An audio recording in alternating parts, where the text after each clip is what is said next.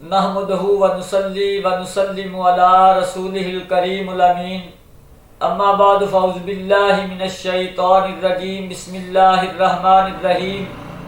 معزز سامعین و ناظرین، میں ہوں حکیم نوری، میری طرف سے تمام دوستوں کو السلام علیکم۔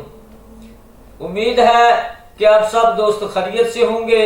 دعا ہے اللہ رب العالمین تمام بیماروں کو شفائے کاملہ عاجلہ عطا فرمائے۔ معزز سامعین و ناظرین، آج کا ہمارا موضوع ہے نکسیر کا پھوٹنا۔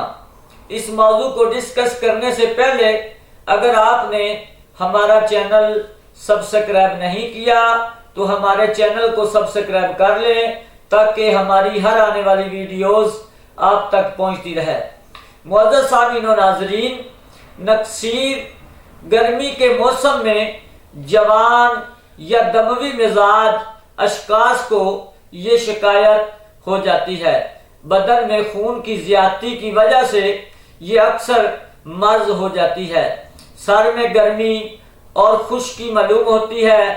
ناک کے نتھنوں میں جلن، سوزش، بعض دفعہ خارش معلوم ہوتی ہے۔ کمزور بچوں میں پیٹ کے کیڑے پڑ جانے کی وجہ سے ہو جاتی ہے تو بچہ بار بار ناک نوچتا ہے۔ دھوپ میں چلنے پھرنے، حقہ پینے، پان چبانے، ناک کھجانے اور چھینک لینے یا زور سے کھنگارنے سے فوراً نکسیر پھوٹ پڑتی ہے۔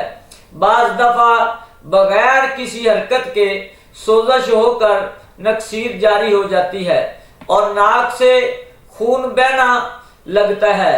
خون کبھی ایک یا دونوں نتھوں سے قطرہ قطرہ یا دھار بن کر بہتا ہے۔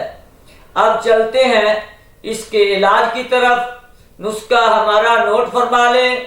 اناب 10 گرام، گل ارمنی 20 گرام، سندل سرخ 20 گرام، مغز تربوز 30 گرام، تخم کاؤ 30 گرام، تخم خرفہ 30 گرام، تخم کاسنی 30 گرام، برگ حنا 30 گرام۔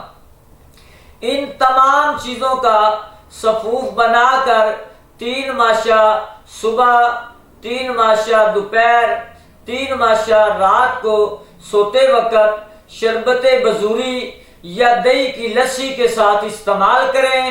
اس کے چند دن کے استعمال کرنے سے انشاءاللہ تعالی اللہ تعالیٰ کے فضل و کرم سے آپ مکمل طور پر صحت یاب ہو جائیں گے۔ امید کرتا ہوں کہ یہ ویڈیو میری آپ کے لیے مفید ثابت ہوگی اور میری اگلی ویڈیو آنے تک کے لیے اپنا خیال رکھیے گا۔ تب تک کے لیے ہمیں اجازت دیجیے۔ اللہ حافظ۔